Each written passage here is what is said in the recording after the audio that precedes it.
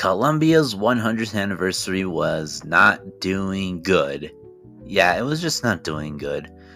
Multiple movies have fell at the box office. Some of them wasn't liked, and some of their biggest movies of the year were questionable.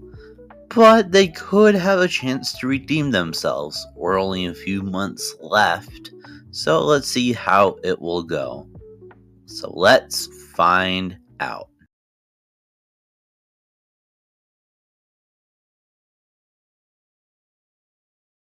Before we get talking about the movies, let's talk about Blake Lively and Justin Baldoni. It Ends With Us was an okay film, but in December of 2024, Blake Lively filed a complaint with the California Civil Rights Department, alleging that Justin Baldoni on the set of It Ends With Us, it wasn't good. And eventually, that just left into a lawsuit with Blake Lively and her husband Ryan Reynolds going against Justin Baldoni. And in case if you don't know, Justin Baldoni's own company, Wayfarer something, was actually helping on most of Columbia's movies this year.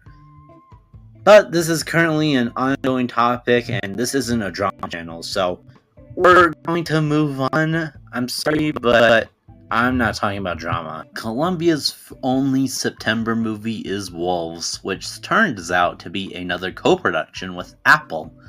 Directed by John Watts, who did the Spider-Man Home trilogy with them, it was looking to be a really good movie. But by August of 2024, something doesn't seem right. Usually we would get a lot of tickets be released, but something just doesn't seem right.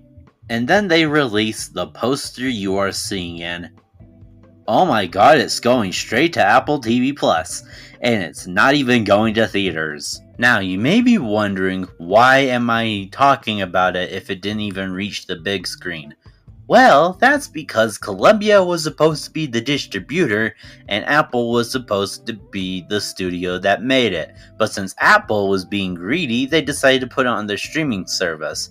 AKA, I'm only including it because Columbia was once the distributor. Is that clear? Despite it going straight to streaming, it was given a limited theatrical release on September 20th, and it even got some IMAX screenings too. And they probably weren't distributed by Columbia because I don't know how to research and know if the Columbia logo showcased before it, but it probably did in international screenings for the things that don't have Apple TV Plus. So, Columbia once again got snitched by an Apple release. Yeah. Our next movie, Saturday Night, is about the first Saturday Night Live. Well, like 90 minutes before the actual show began, but, it's still the first Saturday Night Live. Anyway, this movie had a limited release at the end of September, and had a wide release on October 11th. And this movie actually got good reviews for once. However, barely anyone came to see the movie, so that's not good. But you know what else is good? The third Venom movie, Venom: The Last Dance. And this one managed to be the highest grossing Columbia movie of 2024, with $478 million worldwide, compared to the previous highest grossing movie, Bad Boys Ride or Die, with $404 million. And just like Venom, this movie is just okay. Nothing else to say. We're gonna move on. Okay, this one might be a bit of a stretch, but hear me out on this. Paddington in Peru was released in November in the UK and some other European territories. Because of that, it's staying here. Paddington in Peru managed to be good, and so far, it made $168 million. I mean, the international stuff could be continuing as of the release of this video, but I think they could be running out, so, so all that. Yeah.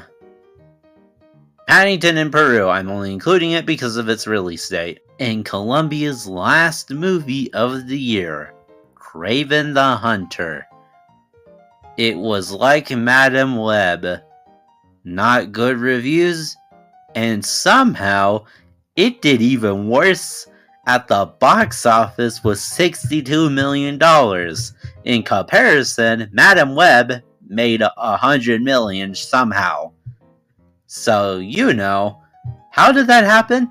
I don't know, but we're finally done.